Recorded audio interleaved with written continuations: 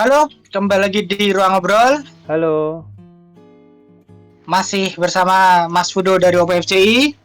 Hmm. Kita ketemu lagi di Senin siang yang maaf. Yang cerah ini ya. Oke.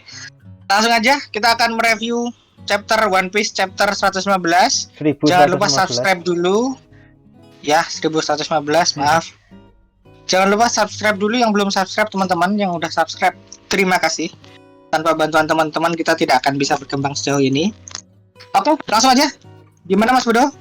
Chapter ini isinya adalah validasi akan teori-teori yang udah nyebar ya. Sebenarnya lebih yang udah menyebar. Lebih ke ini sih. Kayak teorinya tuh apa yang disebutin di chapter ini tuh sebagian besar tuh confirm teori yang muncul dari sejak chapter sebelumnya ya. Kecurigaan kita itu udah banyak gitu loh. Dan sebagian besar dikonfirm di chapter ini ya Mas ya. Benar. Tapi aku jadi ya sebenarnya chapternya tuh apa ya Mas Budo ya? Chapternya tuh gemuk. Chapternya gemuk tapi sebenarnya yang bisa dibahas nggak banyak karena udah sering dibahas ya. Iya. Udah sering banyak tebakan kita yang masuk gitu istilahnya. Oke, langsung aja kita konfirmasi teori-teori kita. Tapi mau bahas cameo dikit dulu. Ini kayak apa? Kita masih nggak tahu ya ini di Wano ini timelinenya sesudah apa sebelum Yamato jalan. Tapi karena Yamato lagi nggak sama Momonosuke, jadi bisa jadi juga bareng. Atau Yamatonya udah jalan-jalan, kita juga nggak tahu. Tapi yang jelas, yang aku suka di sini karena ada peninggalan Orochi, Wano udah nggak sepenuhnya tertutup dari dunia luar. Seenggaknya ada Denden Mushi lah. Denden Mushinya ini kan Denden Mushi yang dari Orochi itu kan. Denden Mushinya punya Orochi. Makanya masih ada detail desainnya Orochi. Tapi nggak kelihatan kayaknya teman-teman di gambar ini.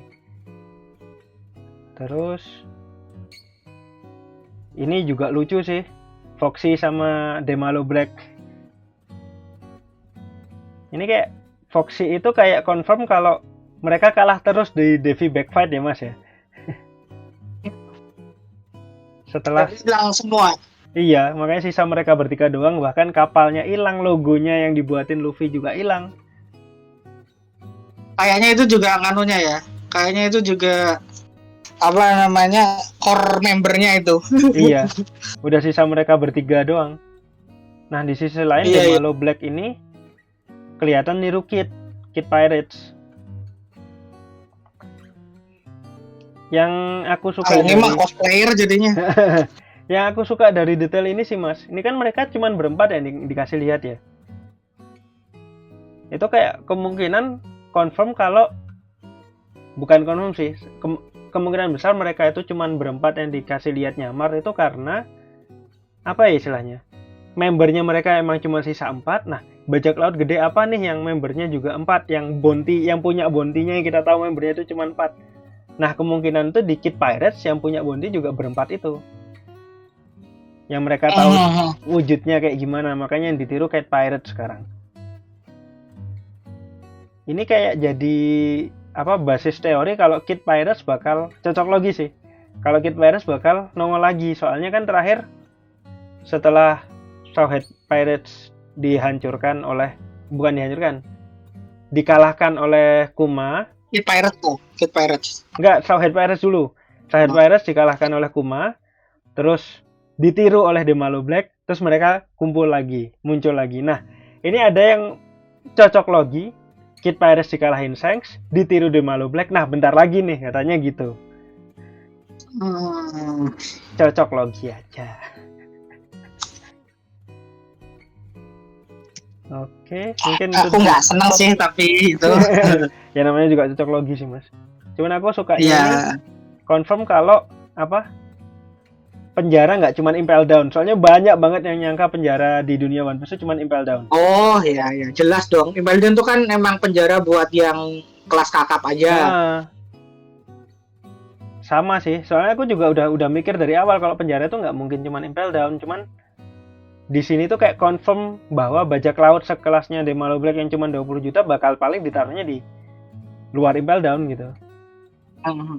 Terus lanjutannya ini Mas yang aku agak mikir arahnya kemana. Kalau Mas Haris gimana?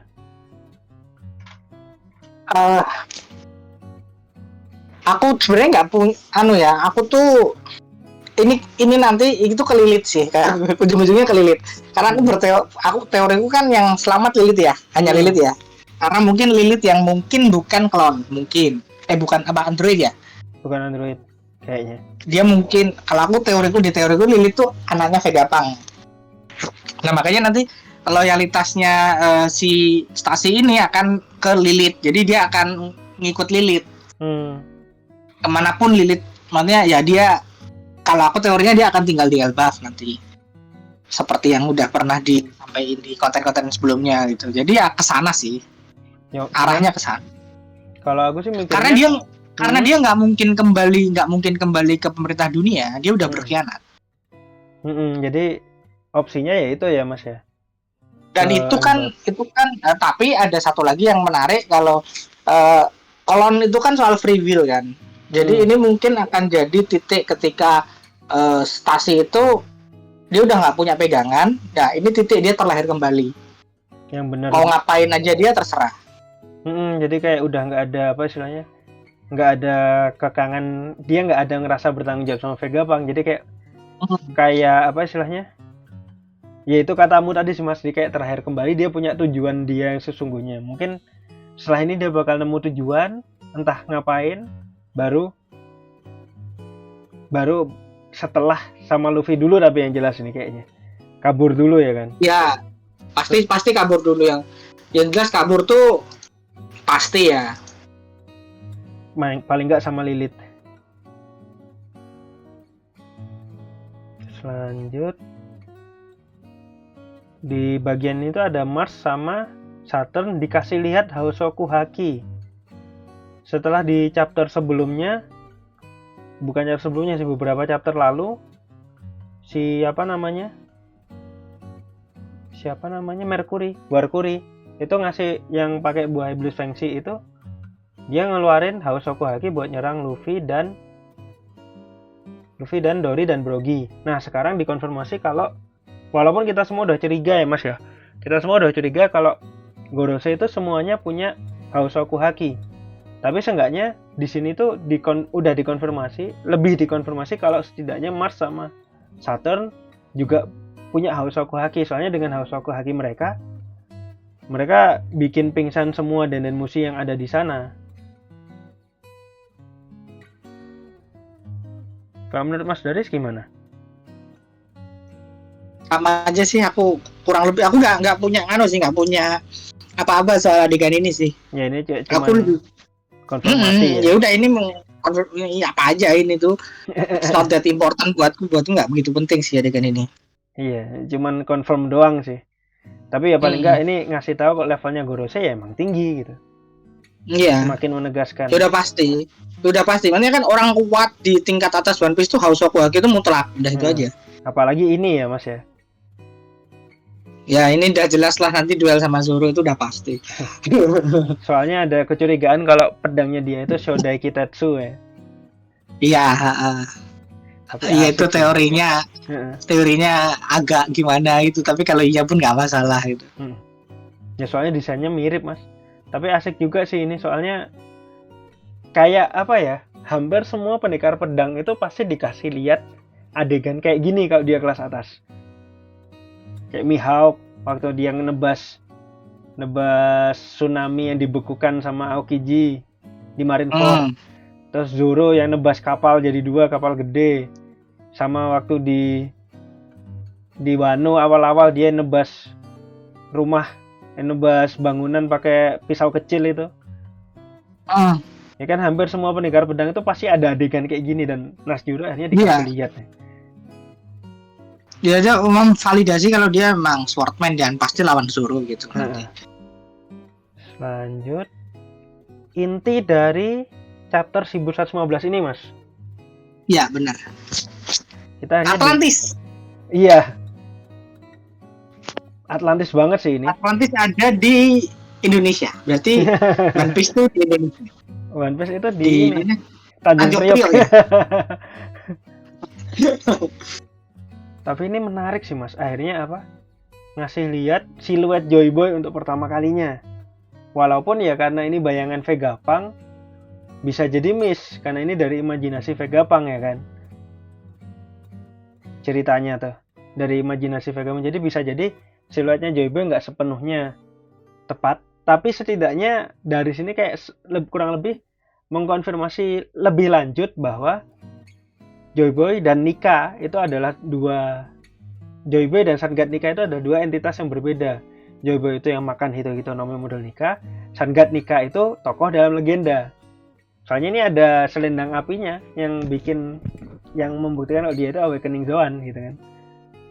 Iya sih, benar sih. Benar. Masuk akal. Terus waktu membahas Joy Boy, Zunesa sama siapa? Iron Giant lah, robot raksasa ini dikasih lihat ya. Kayak menegaskan kalau mereka ini memang krunya Joy Boy. Kalau menurut Mas Daris gimana ini? Kok bisa? Gimana?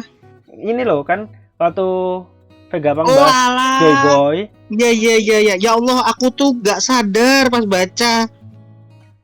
Iya kan waktu Kalau itu tuh, ya maksudku, aku tuh nggak ngeh. Aku tuh baru ngeh pas lihat ini.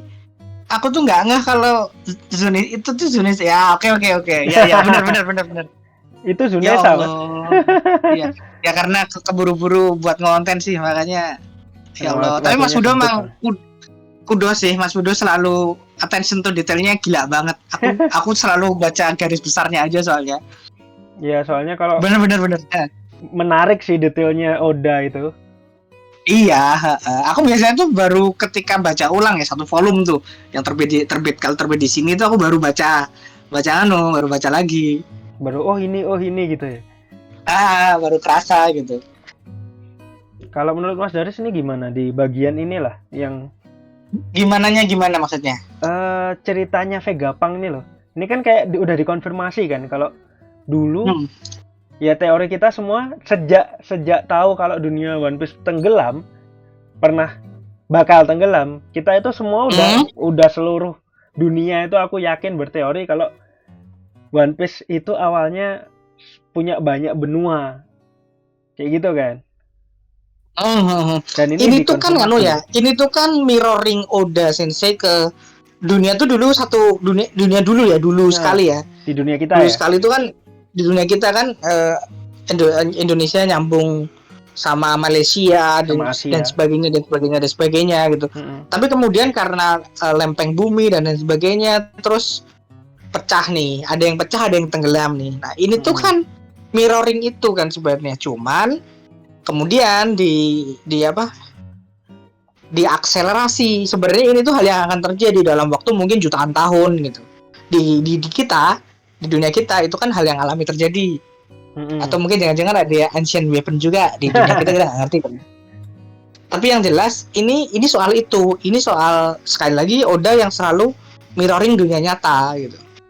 Tapi dia ingin membuktikan ini kalau manusia itu campur tangan, hal yang harusnya terjadi secara alami bisa langsung kacau gitu loh.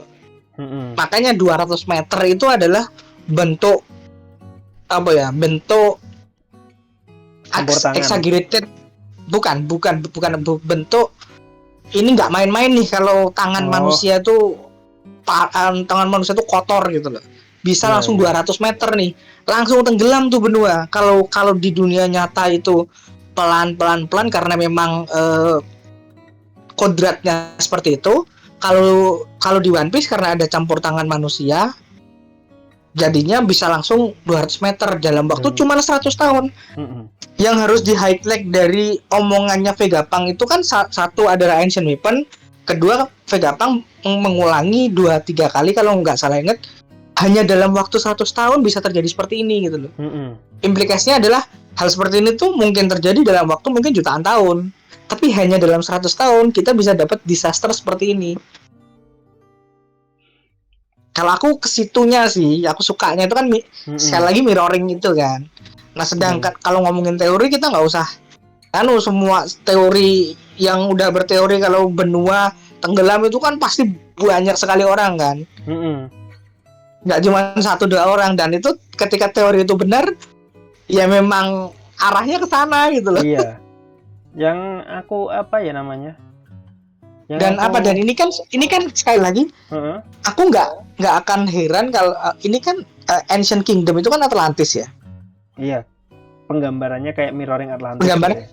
Atlantis itu kan diceritakan di berbagai macam cerita, teknologinya sangat mumpuk, sangat canggih, sangat tidak terbayangkan, terus runtuh karena bukan tenggelam karena murka Tuhan gitu kan, ada cerita yang seperti itu kan. Nah, Tuhan di sini adalah world government sekarang gitu menurut One Piece. Iya, jadi murka Tuhannya di sini adalah ya ini karena murkanya world government, akhirnya Ancient Kingdom dihancurin gitu loh. Nah, dalam ini mungkin juga ada di bawah, tapi kayaknya udah hancur sih ya.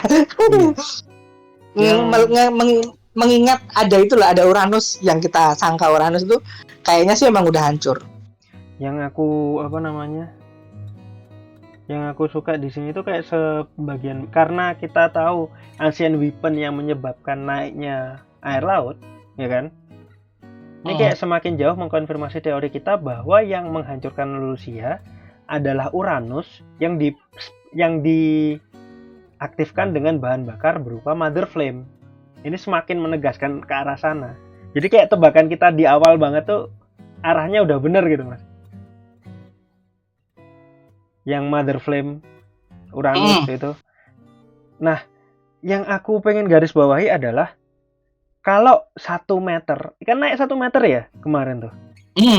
Kalau naik 1 meter itu hanya dengan sekali penggunaan senjata Ancient Weapon, berapa kali kalau sampai 200 meter itu kan berarti 200 kali, berarti sebesar apa perangnya di zaman dulu.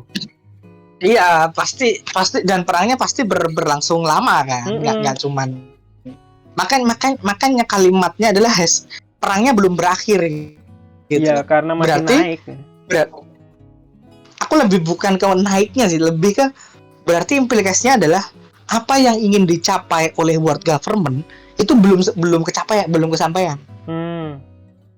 Karena belum berakhir. Makanya ini juga, Mas, jembatan Tequila Wolf yang di East Blue itu kan dibikin sejak kalau nggak salah 600 atau 700 tahun yang lalu. Oh iya. Iya, benar. Juga perlu digarisbawahi, mungkin akan ada hubungannya.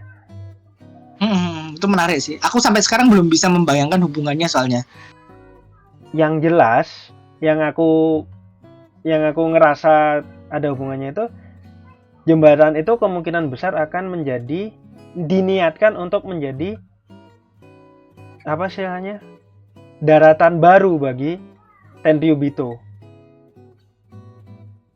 Oke. Jadi kayak kalau dunia semua tenggelam, seenggaknya masih ada jembatan itu untuk peradaban. Jembatan itu kan tinggi juga, lumayan. Tapi nggak tahu sih, karena arahnya masih abu-abu banget ya. Aku juga belum bisa terlalu belum bisa terlalu berteori, membayangkan seperti apa. Yang jelas implikasinya perangnya belum selesai, berarti tujuannya Imu belum selesai. Nah, yang menarik buatku adalah penggambaran Imu yang terlalu tenang. Iya, itu nanti dulu, Mas, bentar, satu-satu dulu. Oke. Kamu mau ke sana nanti ya? Oke. Iya.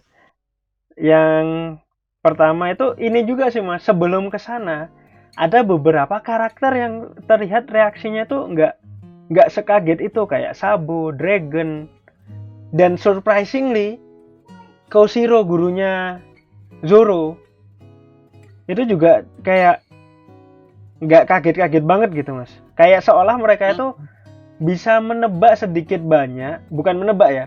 Mereka tuh udah nggak kaget kalau dunia sebusuk itu, ngerti nggak maksudku, Mas? Ya. Kalau yang disembunyikan. Ya, mereka orang yang paham keburukan dunia kan, dunia One Piece. Jadi seolah-olah mereka itu udah nggak kaget kalau ternyata yang disembunyikan emang sebesar itu gitu.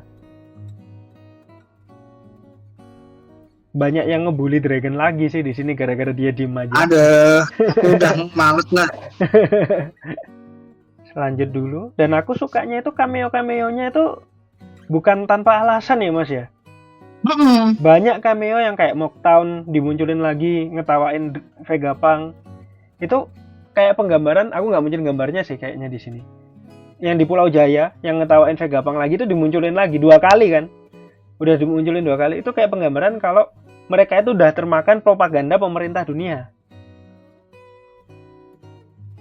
Kalau mereka, apa yang mereka lihat itu, ya itu yang mereka percaya. Terus kayak ini Mas, Miss Golden Week yang di kanan ini. Kalau teman-teman ingat, ini tuh anggota Baroque Works, anggotanya Crocodile dulu banget, yang pasangannya Mr. Tree, yang pensiun dan buka cafe. Mereka udah nggak ngapa-ngapain, tapi di sini pertama kali dikasih lihat setelah time skip dengan detail berupa ada orang yang ngasih tunjuk gunung itu tingginya 200 meter. Jadi kayak langsung dikasih gambaran sedalam apa kemungkinannya tenggelam itu dengan karakter di dunia One Piece. Aku sukanya itu di situ. Aku nggak notice yang ini. Ini kan Miss Golden Week itu di belakang Miss Golden Week-nya nggak bereaksi apa-apa. Tapi di belakang Miss Golden Week itu ada orang yang kayak, gunung itu tingginya 200 meter loh. Kalau segitu tenggelam, berapa orang yang mati? Itu ada yang komentar gitu kan. Nah, dimunculin di reaksi orang yang nonton itu subtle banget sih. Detailnya bagus. Dan kita dikasih lihat penggambaran betapa bahayanya banjir besar ini, tapi tidak dengan cara yang terlalu menggurui, terlalu menceritakan gitu Mas. Iya. Paham maksudmu. Iya. Sama Vivi juga kelihatan lagi sih di sini. Iya, cantik seperti biasa. Dan aku berharapnya sih bakal ada relevansi lagi ya nanti ya, tapi nggak sekarang. Pasti ada. Terus, nah, lari ke sini yang aku baru notice sekarang, karena Mas Daris juga bilang, aku baru notice sekarang, selama ini Gorosei itu panik semua ya Mas ya? Gorosei itu panik semua. Imu sama itu dari awal sampai sekarang, sampai bener-bener bocor loh, ini udah bocor banget loh beritanya. Masih tenang. Menurut Mas Daris kenapa? Kalau kata Mas Daris, simply dia. Kalau aku sih simply karena dia kan memang dia kan Tuhannya ya. Dia Tuhannya dunia kan. Dalam tanda kutip, kita kembali ke sana tadi ya. Dia tuh kan Tuhannya dunia. Makanya dia tuh ngerasa nggak penting, walaupun toh orang tahu, karena kan kalau kita ngomongin raja dan pelaksana itu kan punya pemikiran berbeda. Pelaksana itu kan pengen biasanya Perdana Menteri dan lain sebagainya itu pengen menjaga status quo, sedangkan raja tuh nggak mikir ke situ. Dia tuh pengennya apa aja. Sedangkan ini kan Imu kan pengennya jelas, akselerasi cleansing. Jadi pada titik ini tuh dia Imu udah nggak peduli kalaupun ketahuan atau enggak, ya kan tetap bakal kejadian nanti. Iya. Bedanya mereka tahu sama mereka nggak tahu gitu aja. Sih, iya, masuk akal. Soalnya yang selalu berisik soal sekresi itu kan Gorosei, yang mana mereka tugasnya adalah menjaga status quo, dan itu pemerintahan di mana-mana kan selalu begitu. Raja tuh nggak peduli sama apapun gitu. Dia tuh hanya peduli sama dirinya sendiri. Raja yang jahat ya. Iya. Nah, ini aku nggak suka teorinya. Aku nggak nyaman dengan ini. Tapi indikasi bahwa Imu itu adalah wanita itu tuh kuat dari adegan yang ditunjukkan di sini. Kenapa gitu Mas? Apa ya, gesturnya. Oke. Gestur adegannya. Terus aku nggak ngerti, ini gut feeling aja sih. Cuman kalau dari ini nggak ada teorinya ya. Ini nggak ada teorinya. Ini hanya aku melihat adegannya, aku langsung ngerasa ini kayaknya cewek deh. Tapi kalau ngelihat konfirmasi sejauh ini ya, Nerona Imu itu Nerona Imu itu dikasih julukan, dipanggil sebagai Saint Nerona Imu. Itu kayak konfirmasi kalau dia itu cowok gitu loh Mas. Panggilannya itu panggilan buat cowok. Aku ngerti, tapi tidak ada konfirmasi kalau Nerona Imu itu ini. Ini akan nyambung ke Imu itu mungkin Lily. Oh iya. Itu teorinya cuma yang kenceng sih itu.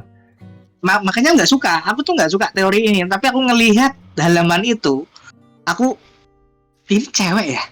Aku mikir gitu aja. Cewek yang pakai jubah hitam panjang gede gitu. Terus apa namanya? Yang aku suka bukan yang aku suka sih. Yang aku notice dari ini tuh ada banyak teori yang bilang bahwa sekarang itu kayak apa namanya? Kayak mirroring Skypiea gitu Mas. Posisinya Imu sekarang itu kayak kalau kita ngelihat posisinya Enel ketika mau ngehancurin dunianya Skypiea. Ingat nggak Mas? Enel tuh kan dia santai-santai, dia nggak merasa terancam sama sekali. Biarpun anak buahnya udah kayak gitu, udah pada berantakan, dia sampai akhir dia nggak merasa terancam sama sekali. Baru merasa terancam ketika ada yang bisa melawan kekuatannya, yaitu Luffy. Nah, banyak yang membandingkan Skypiea itu sebagai miniatur dari dunia One Piece secara keseluruhan nanti. Ketika di akhir Imu sama lawan Joy Boy gitu. Jadi ketika Imu sama tidak bereaksi apa-apa, santai-santai kayak gitu, banyak yang mikir kalau emang karena Imu sama memang sekuat itu, se-overpower itu, punya kekuatan yang apa istilahnya, dia tuh punya kuasa untuk melakukan apa yang dia inginkan, makanya dia nggak masalah soal tahu atau enggak, tinggal di grid cleansing gitu istilahnya.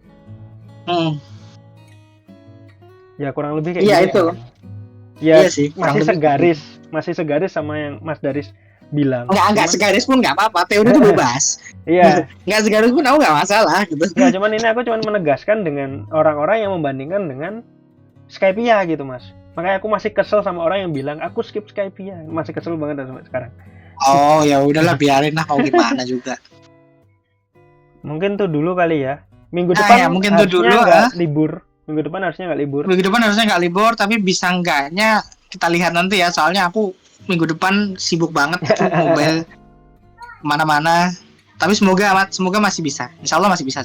Iya, semoga ya. Oke, itu aja. Oke. Makasih teman-teman yang udah nonton. Sampai ketemu lagi di konten kita One Piece. Insya Allah Senin depan. Semoga ada. Thank you.